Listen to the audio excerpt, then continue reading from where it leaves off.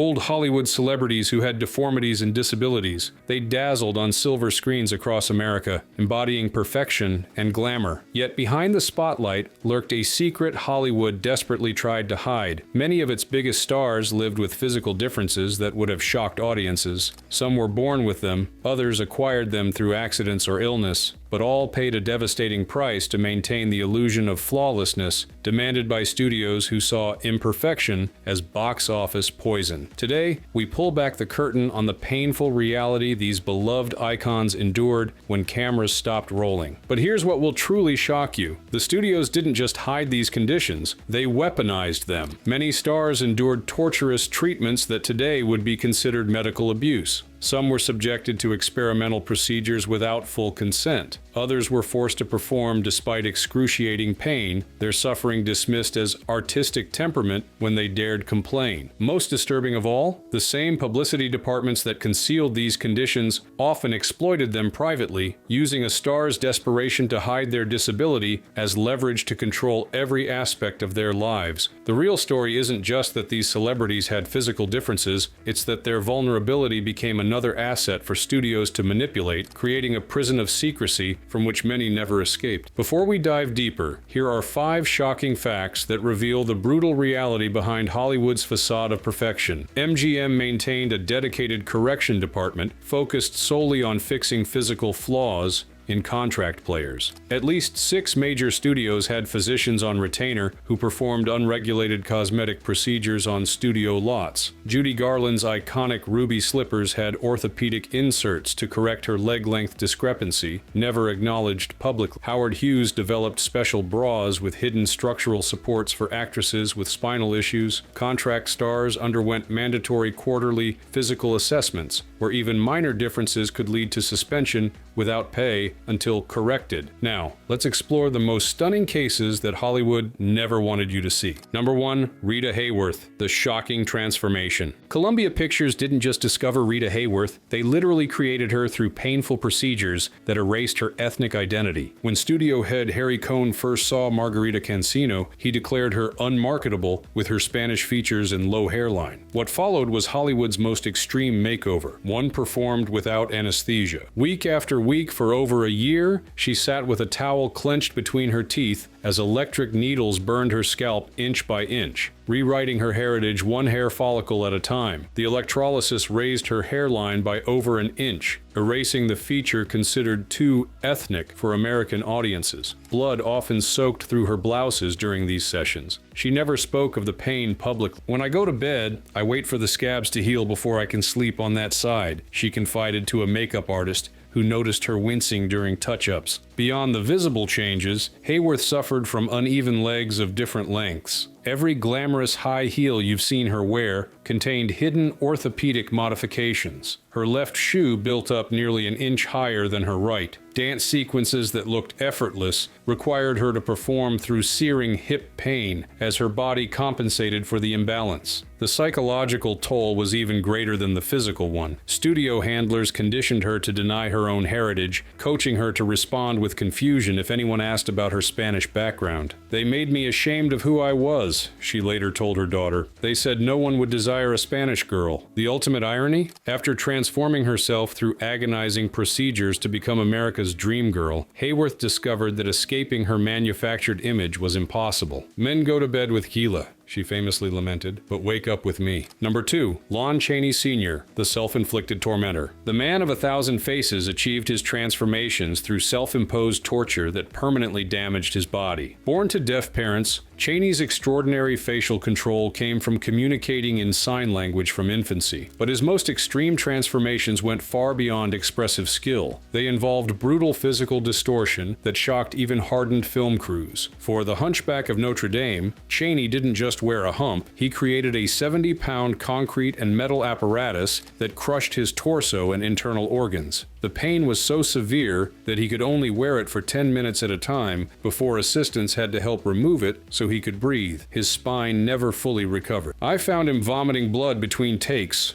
recalled director Wallace Worsley. "When I suggested using a lighter material, he refused. Quasimodo suffered, he told me. I must suffer too. For The Phantom of the Opera, Chaney inserted thin wires directly into his nostrils to pull them upward and outward. He placed painful hooks inside his mouth to pull his cheeks back and expose his teeth. He outlined his eye sockets with black paint containing chemicals that burned his skin to achieve the sunken appearance. The result? Temporary blindness after many shooting days. Most shocking was his transformation for London After Midnight, where he inserted sharpened wires around his gum line to create the vampire's fanged grin. The puncture wounds became infected, leading to blood poisoning that hospitalized him for 2 weeks, a fact the studio attributed to exhaustion. The physical toll eventually claimed Chaney's life. The cumulative damage to his immune system from these transformations left him vulnerable to the pneumonia that killed him at 47. His final words reportedly acknowledged the bargain he'd made. I've created monsters. Now they've created me. Number 3. Clark Gable, the King's excruciating secret. Hollywood's ultimate leading man lived in constant pain that would have destroyed his virile image had audiences known the truth. The famous Gable smile that made women swoon. Completely artificial. By age 32, severe periodontal disease had ravaged Gable's mouth, requiring full extraction of his teeth. The ill-fitting dentures he received caused persistent ulcers and infections that required daily medication to control the pain. Kissing him was like pressing your lips against a hot stove, Vivien Leigh confided to her diary during Gone with the Wind filming. The fever from his infected gums radiated through those fake teeth. The dentures created a subtle whistle during dialogue that sound technicians worked tirelessly to eliminate. More devastating was the chronic halitosis that made intimate scenes a nightmare for his co-stars. Joan Crawford developed a technique of dabbing peppermint oil inside her nostrils before romantic scenes, a trick she privately shared with other actresses forced to kiss Gable. Director Victor Fleming invented the practice of close-up switching during Gone with the Wind, where Gable's romantic close-ups were often filmed with a stand-in wearing identical clothing seen only from behind. This technique, later common in Hollywood, was created specifically to minimize Gable's time wearing his painful dentures during intimate scenes. The psychological impact crushed Gable's confidence despite his public bravado. He avoided eating in restaurants and developed the habit of covering his mouth when he laughed, a gesture often misinterpreted as modesty, but actually concealing his fear that his dentures might shift visibly. The cruelest irony, his fifth wife, Kay Williams, later revealed, was that the man known for making women melt with his smile spent every night soaking his teeth in a glass, terrified someone might see. At least 3 Best Actress winners from the 1930 to 1960 era had visible physical differences airbrushed out of every official studio photograph. Contract players with disabilities often had body doubles who would film scenes showing the affected body part. One major studio commissioned a completely prosthetic leg for a leading lady that cost more than most American homes of the era. Several stars with speech impediments had dedicated vocal coaches who stood just off camera during every take. A famous Western actor had a specially designed saddle to accommodate a spinal deformity, now displayed in a Hollywood museum with no mention of its true purpose. Number 4. James Dean, rebel with a hidden struggle. The epitome of cool detachment was actually battling sensory impairments that shaped his iconic acting style. Dean's famous squint wasn't attitude, it was necessity. Severely myopic since childhood, Dean could barely see beyond a few feet without thick glasses he was forbidden to wear on camera. During Rebel Without a Cause, director Nicholas Ray realized Dean couldn't see his marks on the floor and developed a system where crew members would physically position him before each take. He was essentially performing blind, Ray later admitted. That vulnerable quality everyone responded to? Part of it was genuine disorientation, as he tried to make out the blurry shapes around him. More significant was Dean's partial hearing loss that made conventional direction nearly impossible. Unable to clearly hear cues on noisy sets, Dean developed his distinctive delayed reaction time. What appeared to be artistic choice was actually him taking an extra moment to process what he'd heard. This communication barrier fueled his reputation for being difficult. When Dean asked for repeated direction or seemed to ignore instructions, studios attributed it to his method intensity rather than acknowledge his impairment. Frustrated by constantly missing important context, Dean retreated into isolation between scenes, reinforcing his loner image. The emotional toll was devastating. Dean confided to friend Dennis Hopper, "Everyone thinks I'm being difficult when I'm just trying to understand what's happening. I'm always a beat behind everyone else, always catching up." His famous line from Rebel Without a Cause, "I'm involved now," carried personal significance beyond the script. It expressed his constant struggle to remain connected in a world where sensory barriers left him perpetually disconnected despite his desperate desire to belong. The studio system that profited from his alienated image actively prevented him from addressing the very conditions that created it, a cruel exploitation that ended only with his death at 24. Number 5. Merle Oberon, Double Life, Double Pain. Hollywood's exotic beauty endured both physical disfigurement and racial erasure through one of filmmaking's most elaborate cover-ups. The 1937 car accident that nearly ended Oberon's career left half her face paralyzed and deeply scarred. The truth was far worse than publicized. The impact had shattered her cheekbone and severed facial nerves, leaving her unable to control muscles on the left side of her face. Her husband, cinematographer Lucien Ballard, didn't just create special lighting to help, he invented an entirely new technology. The Obi light mounted directly on cameras to cast shadowless illumination that concealed her damaged features. This innovation, still used in filmmaking today, was never acknowledged as an accommodation for disability, but presented as merely a flattering technique. She couldn't feel when she was drooling on that side, her makeup artist later revealed. Between every take, someone had to quickly dab her face without the crew noticing. She lived in terror of the camera capturing her facial drooping. But Oberon's scarring concealed an even more closely guarded secret, her mixed-race heritage. Born in India to an Anglo-Indian mother, Oberon's success depended on hiding her true ethnicity in an era when leading ladies were exclusively white. Every morning began with layers of whitening makeup to lighten her naturally brown skin. The chemicals caused painful rashes and progressive skin damage. The psychological torment of this double deception nearly broke her. During filming of Wuthering Heights,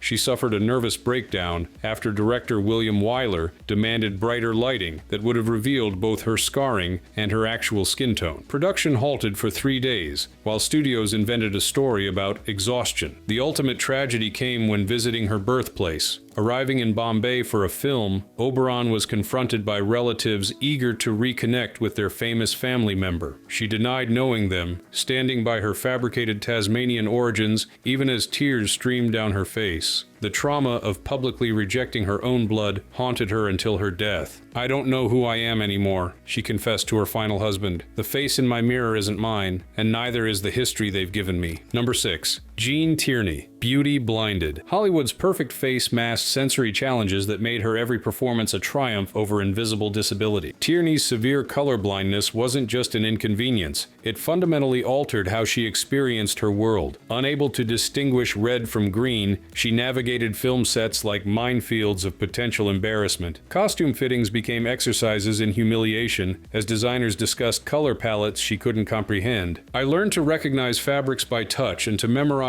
which costumes were which colors," she later wrote. "I lived in terror of someone asking me how I liked the red dress when I couldn't tell if it was red or green." This invisible disability created constant anxiety. During the filming of Leave Her to Heaven, Tierney's character needed to identify a specific red boat in a harbor scene. Unable to distinguish it from the others, she memorized its position beforehand, only to find the props department had rearranged the boats. The resulting confusion led to a humiliating dressing down from the director before a crew member finally realized the issue and discreetly helped her. Her mental health struggles, severe depression, and bipolar disorder created an additional layer of disability that studios exploited rather than accommodated. When mood episodes interfered with filming, studios administered vitamin injections that were actually unregulated cocktails of amphetamines and barbiturates to force her to perform. These unregulated medications triggered the breakdown that led to her institutionalization and subsequent electroconvulsive therapy, treatments that damaged her memory and created yet another disability she had to overcome. When she returned to acting, she couldn't memorize dialogue, requiring cue cards for even short scenes. "The studio physicians who administered those vitamins knew what they were doing to me," she later told her daughter. "They were burning the candle at both ends, knowing I'd eventually break, but calculating how many films they could extract before that happened. The beautiful face that launched her career became a prison when it remained unchanged while her mind deteriorated, creating the cruel expectation that the perfect exterior should contain an equally perfect interior. Number 7. Harold Lloyd, the partial hand behind the stunts. The man who dangled from skyscraper clocks was hiding an injury that made his death-defying stunts even more miraculous. When a prop bomb exploded in Lloyd's hand in 1919, it blew off his thumb and index finger and nearly ended his career. The injury was far more severe than publicly acknowledged. Beyond the missing digits, the explosion had severely damaged nerves throughout his right hand, leaving him with limited sensation and dexterity in his remaining fingers. Lloyd's solution? A custom-made prosthetic glove that concealed his missing digits while appearing natural on camera. What audiences never knew, this prosthetic severely limited his grip strength, making his famous building climbing stunts in films like Safety Last exponentially more dangerous than they appeared. Each handhold was agony and terror combined, his stunt coordinator later revealed. He had essentially 3 functioning fingers to support his entire body weight. One slip, and he would have fallen to his death. The psychological impact ran deeper than physical limitation. Lloyd became obsessed with proving his capability despite his disability, pushing himself to perform increasingly dangerous stunts, specifically because executives had suggested he couldn't manage them with his injury. During filming of his clock hanging sequence, Lloyd refused safety measures that wouldn't be visible on camera. With limited grip strength in his damaged hand, he clung to the minute hand with his full body weight exposed to a potential fatal fall. The shot that defined his career was also his most defiant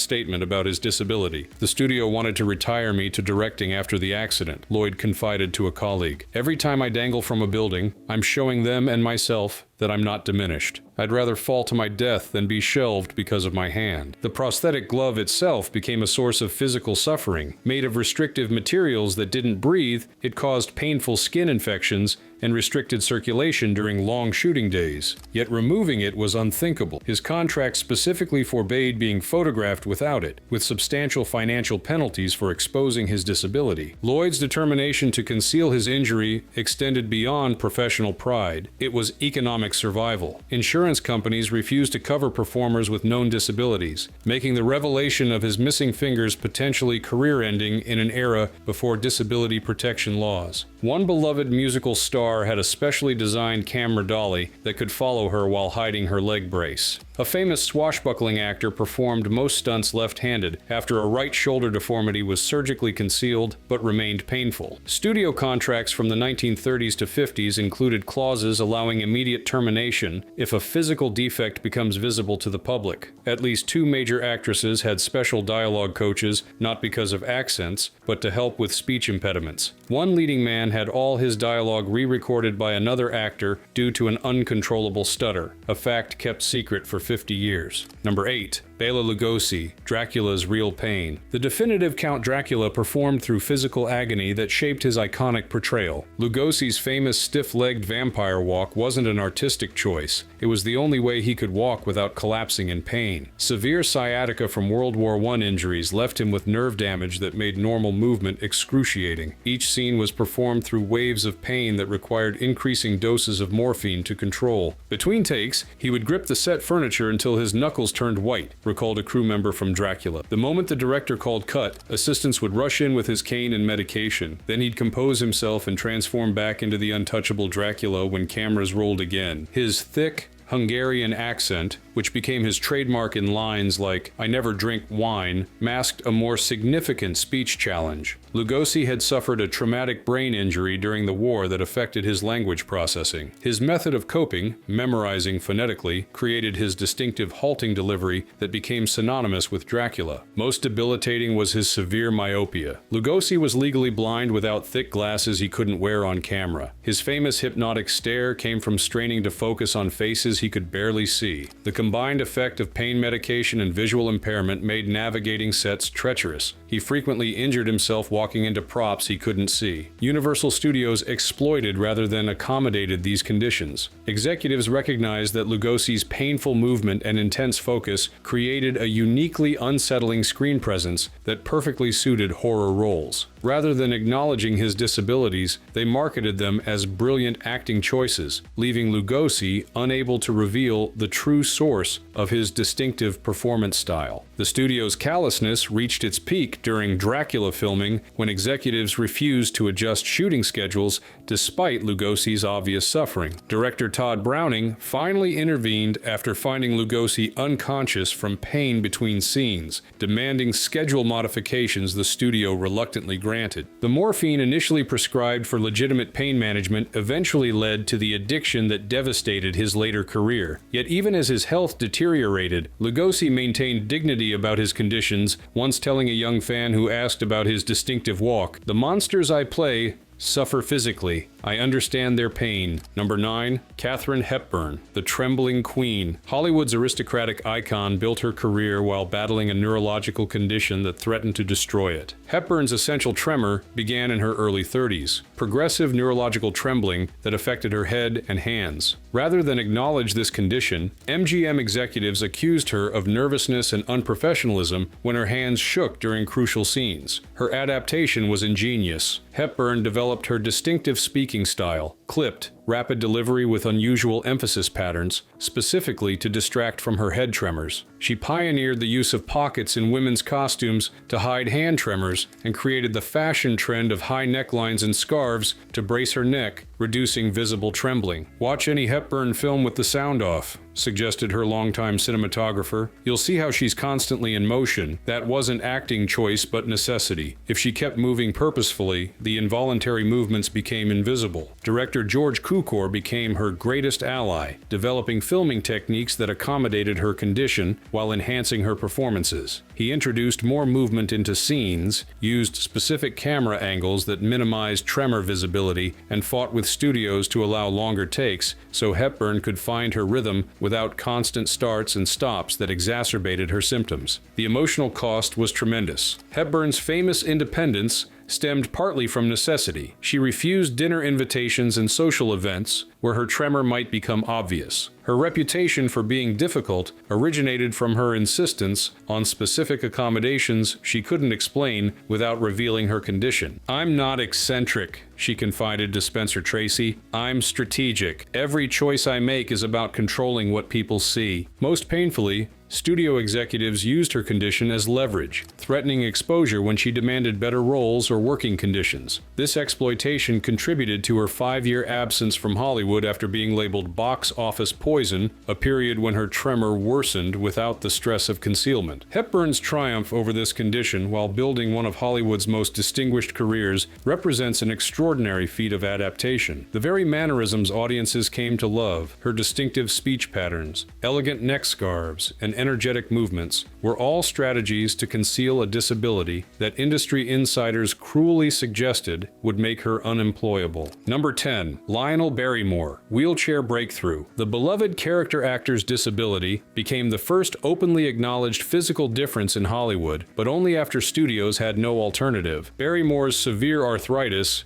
began affecting his mobility in the early 1930s, but MGM initially demanded he hide it at all costs. The reality was far worse than publicly acknowledged. Beyond arthritis, Barrymore had broken his hip, which never properly healed due to a bone infection that caused permanent damage. The studio's first solution was devastating. They required him to perform while wearing painful metal braces beneath his clothing that forced his damaged joints to bear weight. These torturous devices caused excruciating pain, but maintained the illusion of normalcy, at least on camera. He would collapse the moment he reached his dressing room, recalled his stand-in. His undergarments were often soaked with blood where the braces had cut into his skin, yet he'd compose himself and return for the next scene without complaint. When his condition deteriorated to the point where even braces couldn't keep him standing, MGM faced a choice: lose one of their most valuable character actors or acknowledge his disability. They reluctantly chose the latter, but with calculated limitations. His wheelchair use would be incorporated into roles, but publicity would attribute it to a specific injury rather than a progressive condition, maintaining the fiction that disability was only acceptable as a temporary state. Even this accommodation came with exploitation. MGM significantly reduced Barrymore's salary upon transitioning him to wheelchair roles, claiming his limited capacity justified lower compensation despite his continuing body box office appeal. When he protested,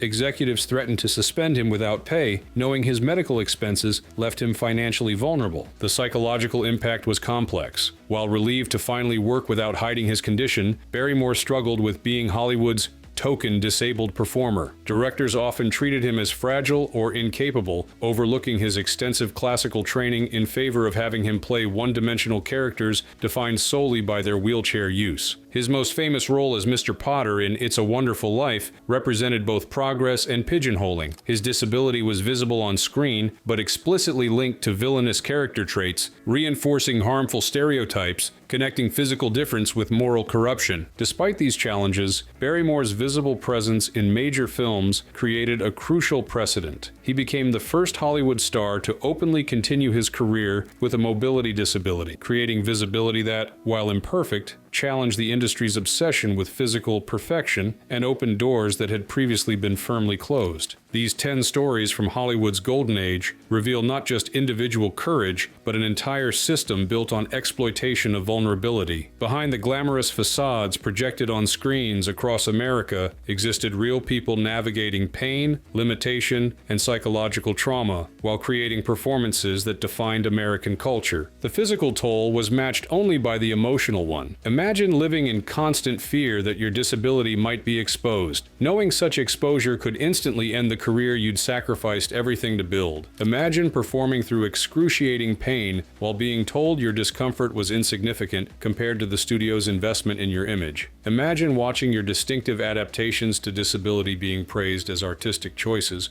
while you remained silenced about their true origins. What's most remarkable isn't just that these performers achieved success despite their conditions, but that many of cinema's most iconic performance elements, Lugosi's distinctive movement, Dean's reactive timing, Hepburn's speech patterns, originated as disability adaptations. The very techniques audiences came to love often began as necessary accommodations, transforming limitation into innovation that forever changed screen acting. Today, as Hollywood slowly moves toward authentic representation of disability, these stories provide both inspiration and warning. They remind us of the extraordinary resilience of performers who navigated a system designed to exclude them, while demonstrating how far we still must go to create an industry where physical difference is neither hidden nor exploited, but simply accepted as part of human diversity. The next time you watch a classic film, look beyond the perfectly lit faces for hints of the struggles concealed just out of frame. The true magic of these performances lies not in their flawlessness, but in the extraordinary human spirit that transformed pain into art, limitation into innovation, and difference into distinction. If you found this exploration valuable, please subscribe for more content that reveals Hollywood's hidden histories. Which of these stories most surprised you? What other classic film topics would you like us to explore? Share your thoughts in the comments below.